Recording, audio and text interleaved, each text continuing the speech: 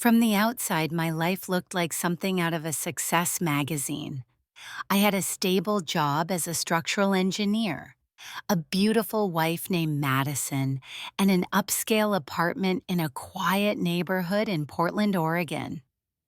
We'd been married for 5 years, and to most people who knew us, we seemed like that ideal couple. We took trips to Napa on weekends, hosted dinner parties, and posted the kind of curated photos online that make people silently jealous. I believed in Madison with my whole heart. She was a paralegal when we met, sharp, composed, with a calm confidence that drew people in. She'd talk about how she wanted to become a real estate lawyer someday, and I supported her dream from day one. I worked longer hours, gave up certain luxuries, and covered more than my share of expenses so she could take evening classes and pursue her law license. And then there was Caleb, our friend turned family, or so I thought. He had been in law school with Madison and eventually became a licensed attorney before she did. We all used to joke that he was the third wheel in our marriage, but I never minded. He was charismatic, smart, and helpful when we needed legal advice. He even helped us finalize the paperwork when we bought our condo downtown. I trusted both of them deeply, and maybe that's why I didn't see the cracks forming. Looking back, it's almost laughable how blind I was. Madison and I would talk late into the night about our plans, how we'd retire early, maybe move to the coast, have kids someday. She'd kiss me on the cheek every morning and whisper, "We're building something great, you know." Yeah, we were building something, but I didn't realize I was the only one laying down bricks. The truth was, Madison had begun drifting long before I noticed. At the time, I chalked it up to stress from her bar exam prep or maybe burnout. She started staying late at her firm more often. She became strangely guarded with her phone, but I ignored it. I told myself, she's under pressure. She needs space, don't be paranoid. I wasn't just blinded by love, I was actively refusing to see. And Caleb, he was always around, always helpful, too helpful. If Madison was working late, he'd swing by and join me for a beer, tell me how proud he was of her, how lucky I was. I didn't question why he knew so much about her schedule, why he always seemed one step ahead of me in conversations about my own wife. It's funny how hindsight works. What once seemed like loyalty now feels like betrayal in slow motion. But at that time, I was still living in the perfect illusion. And I didn't know that illusion was about to break loudly, painfully, and publicly. It started with the little things always does, doesn't it?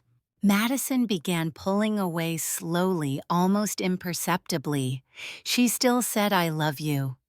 Still laughed at my jokes, but there was a thinness to it, like the warmth in her voice had been replaced by something rehearsed. I'd ask her about her day, and she'd give short, clipped answers, just enough to pass as normal. Work was fine, long day, lots of emails. I figured it was just the stress of the bar exam. She was working crazy hours at the firm, coming home late, sometimes not until after midnight. On those nights, I'd wait up, pacing between the kitchen and the living room, only to be met with a quick kiss and a "sorry, I'm exhausted." Then she'd disappear into the shower and fall asleep before I could say more than 3 words. Even her scent changed. It used to be lavender and clean laundry. Now there were traces of unfamiliar cologne clinging to her clothes. Nothing obvious, just enough to make my stomach twist. Once I mentioned it casually. She laughed it off. Probably someone from work hugged me goodbye. I wanted to believe her, I really did. But my instincts had started whispering, and soon they were screaming. One night I went to grab her phone to set a reminder for our anniversary dinner. Her phone used to be unlocked, now it had Face ID. She snatched it from my hand, smiling too wide.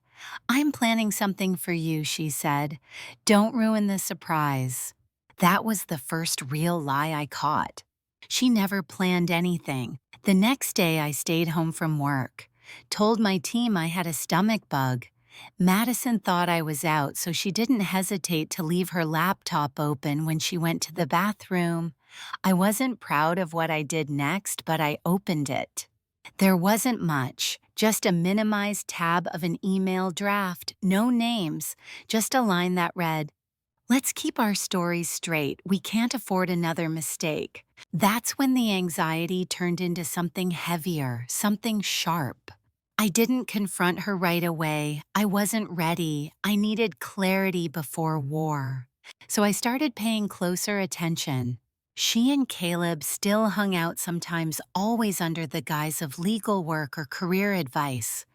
But I started noticing the way they looked at each other when they didn't know I was watching. The shared glances, the laughs that lasted just a second too long. One night I trailed her car after she left for a late meeting downtown. She didn't go to her office. She went to Caleb's. She stayed for 3 hours. When she came home, I asked nothing, she said nothing. But inside, something had shifted in me. I had spent years believing in her, building a life with her. Now I was beginning to wonder if I had built that life on sand. And if so, how much of it was already collapsing beneath my feet? It's strange how your mind begins to catalog every memory once suspicion takes root. I started revisiting old conversations, interactions, even text messages that once seemed innocent. Suddenly, all of it had edges. I wasn't sleeping much. My appetite was gone. Carol, my sister, who lived a few towns over, noticed something was off when we met for lunch one weekend. "You look exhausted," she said, narrowing her eyes. "Is everything okay with Madison?"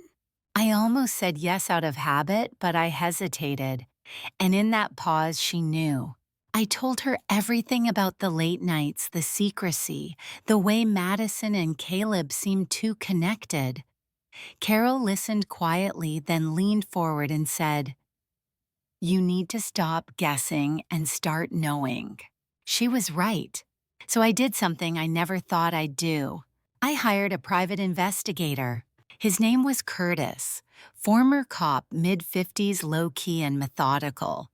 He didn't ask questions about my marriage, he just said, "Give me a week." It only took 4 days.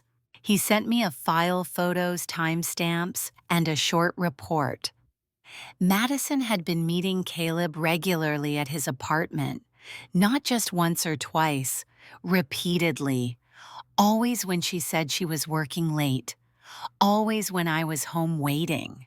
There was a picture that hit harder than the rest: Madison leaving Caleb's place at 1:47 a.m., hair tied up, shoes in hand, wearing the same dress from dinner that night. I stared at it for what felt like hours. The betrayal wasn't just physical, it was strategic, calculated, and worst of all, it was quiet. No drama, no shouting matches. Just lies stacked on top of lies, held together by a thin veneer of smiles and routine. I printed the photo and placed it inside a plain envelope. That night when Madison came home, I left the envelope on the kitchen counter, said nothing. I just sat at the dining table with a glass of water and watched her open it. She didn't react like someone caught. She just exhaled and said, "So, now you know." That hurt more than if she'd screamed. I asked one question: "Why Caleb?" She shrugged. "He understands me. He's going places." And me. She looked at me the way you might look at a stranger asking for directions. "You're safe. You were always just comfortable." That was the moment I realized our marriage wasn't broken. It had been over for a long time. I was just the last to know. She went to bed after that as if we'd just had a mild disagreement about dinner. I sat there for hours alone in the home I helped build, a home now tainted by secrets. But I wasn't going to let this be the end of my story. Because the worst part wasn't that she cheated. It was that I was about to discover just how far they'd gone and what they'd taken from me without ever asking. After that night, the silence between us became a language of its own. Madison no longer tried to pretend. She still lived in the apartment, slept in the same bed, but it was as if we were two ghosts haunting the same space. I kept my movements quiet, deliberate, observing, listening. It wasn't just the affair anymore. It was the way she looked at me like I was the past. Like everything we had built together was just a stepping stone toward something better. For her. And that something apparently was Caleb. I didn't confront Caleb immediately. I didn't trust myself not to punch him in the face. Instead, I stayed focused. Quietly, I started combing through our financial records, legal documents, emails, anything that might tell me how far this betrayal had spread. That's when I found it. The deed to our apartment. I had filed it away months ago after we refinanced to get a better rate. Madison insisted on handling most of the paperwork since she worked in real estate law and knew how to cut through the red tape. At the time, I appreciated her initiative. Now I saw it differently. My signature was on the deed transfer form, but I didn't remember signing it. Not just forgetting, I knew I didn't sign it. I had never even seen this version of the document before. And worse, my name wasn't listed as a co-owner anymore. Only hers. I felt physically sick. I took the document to my friend Marcus, who worked in forensic document analysis.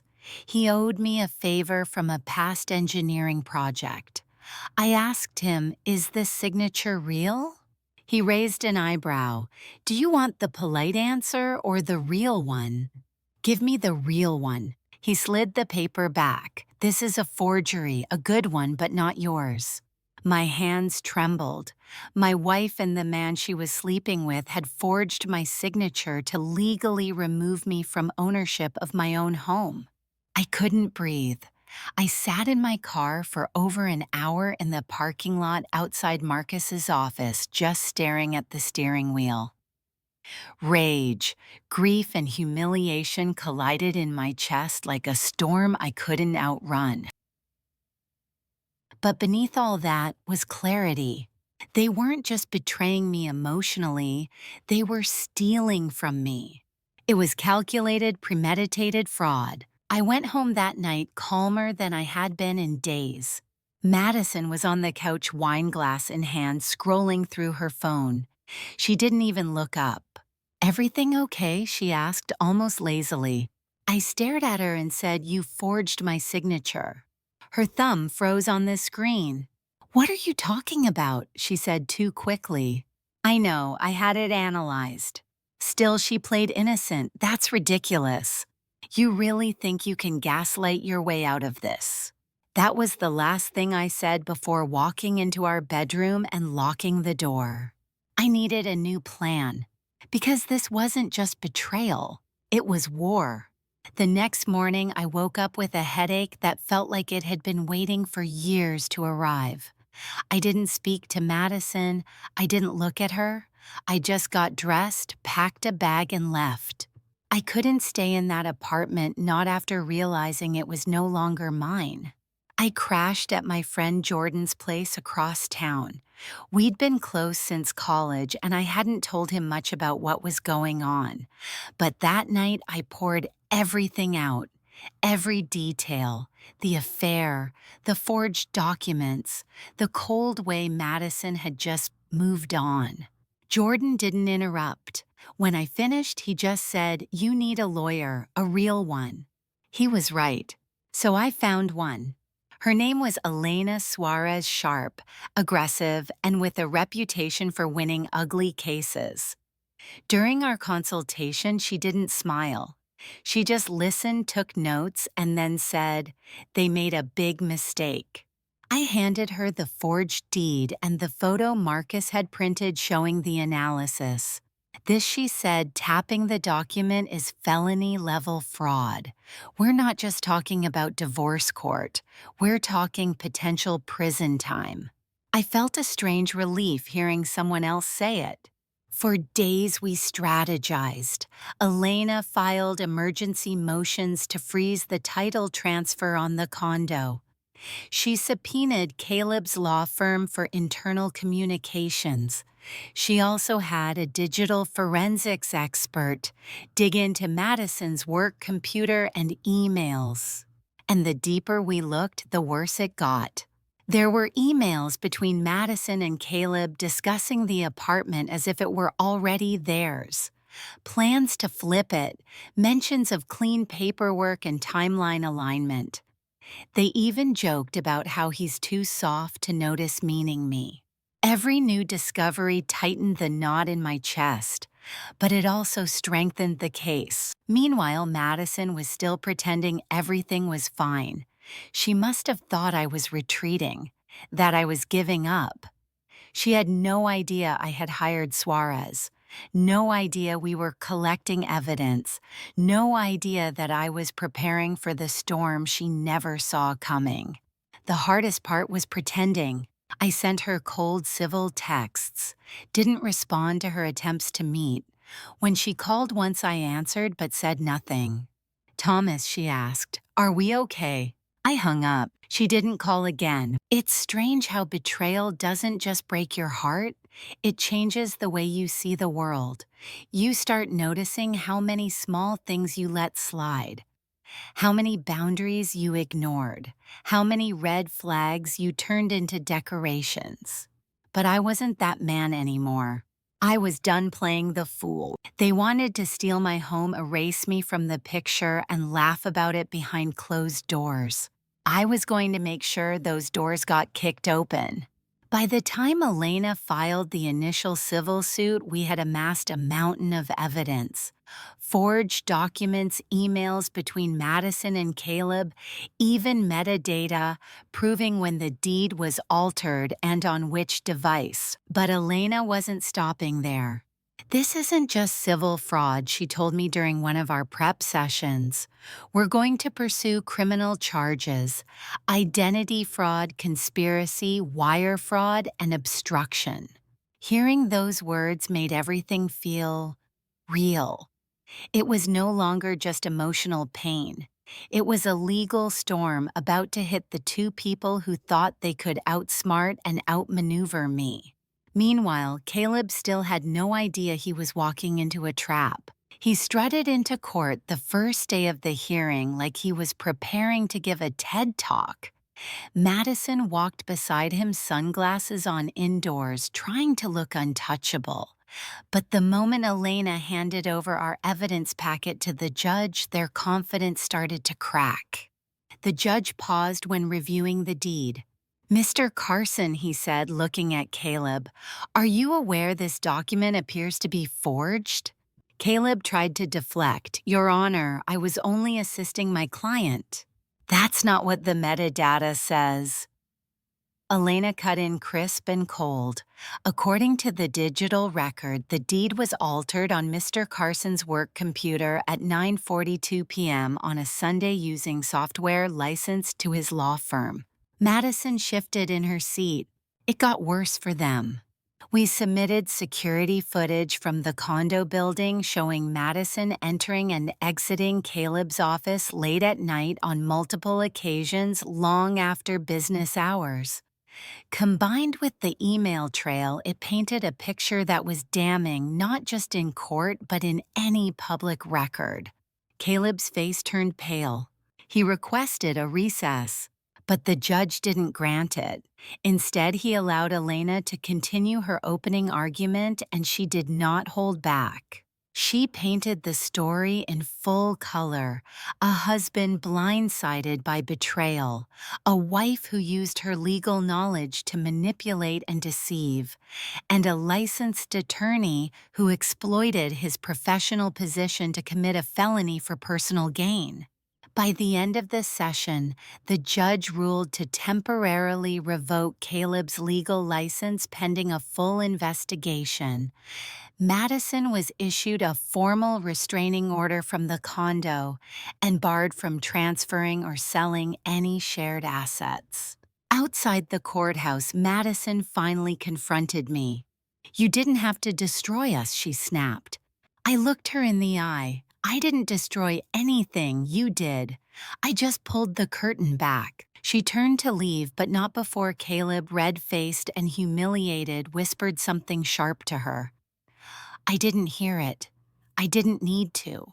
Their alliance was beginning to fracture under the weight of the truth. And I wasn't done. This wasn't revenge. This was restoration. Piece by piece, I was reclaiming the life they tried to steal.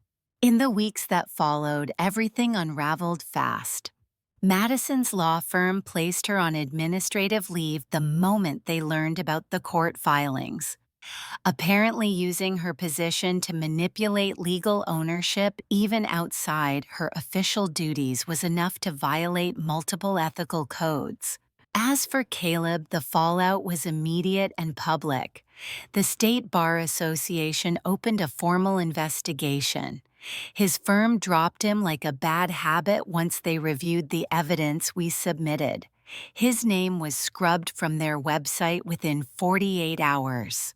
Their reputations, once polished and pristine, were now dragged through every legal forum in Oregon.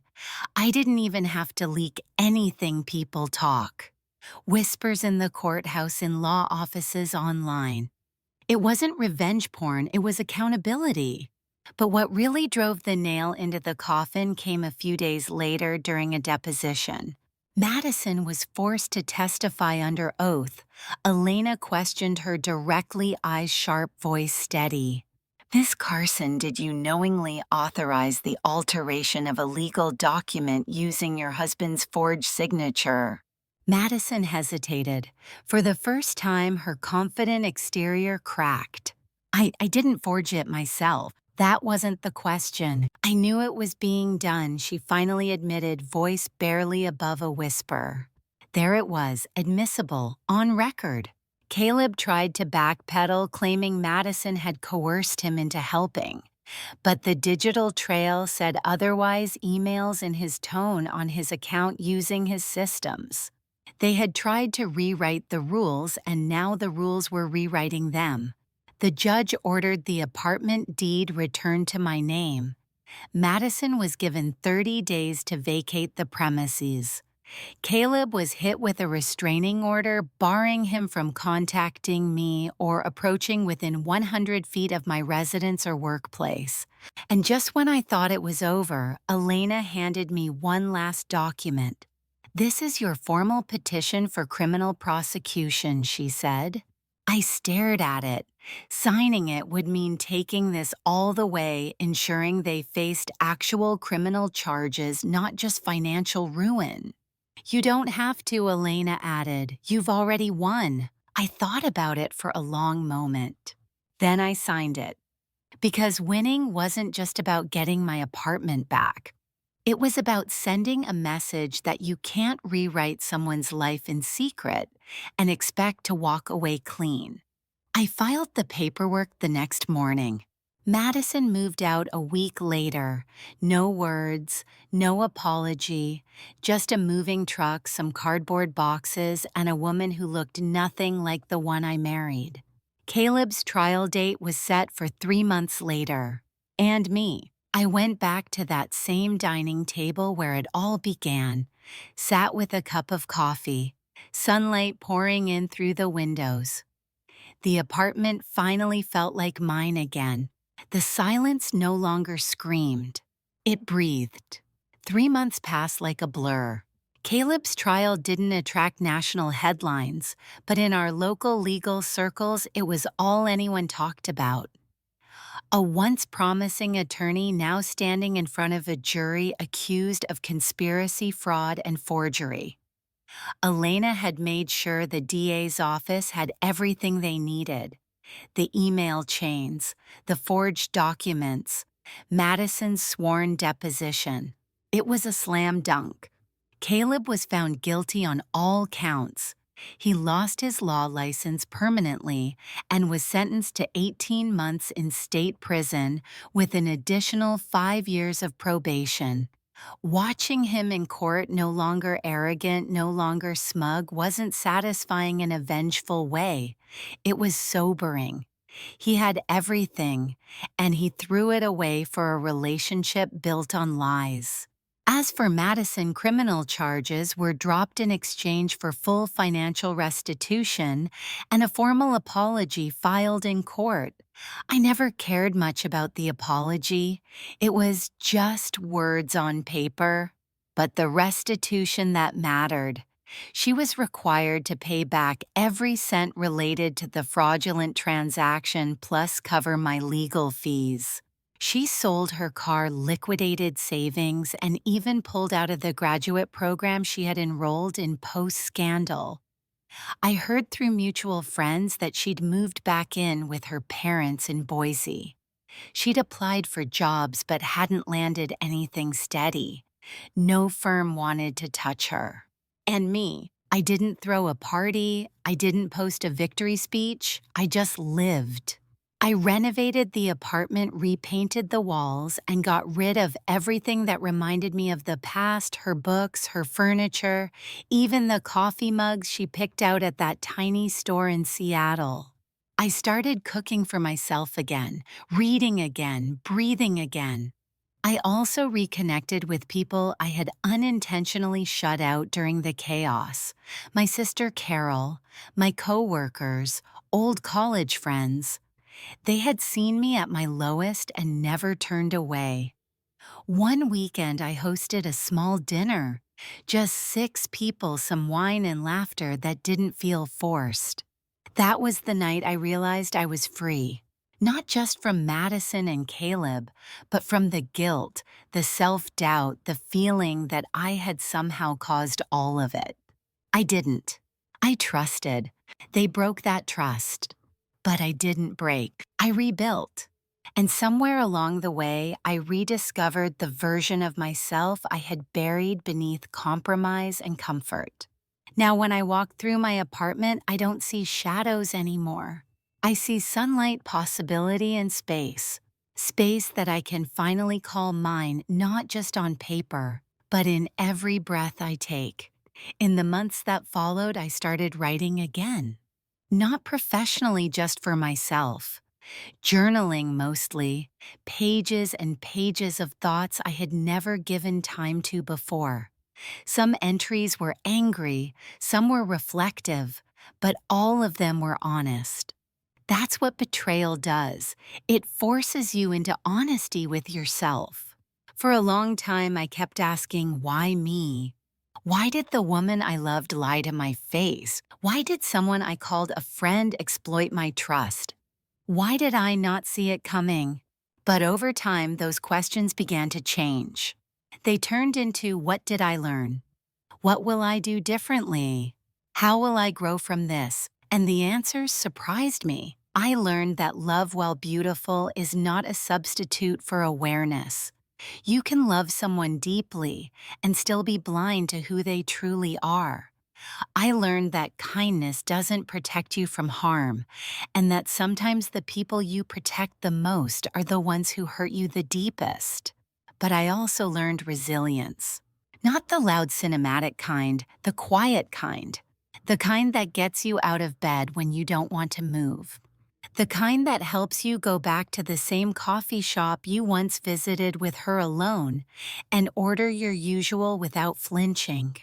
The kind that lets you open your heart again, not because you forgot the pain, but because you've made peace with it. One afternoon, I ran into a woman at a bookstore, Rachel. She was in the psychology section flipping through a book on emotional boundaries. We struck up a conversation.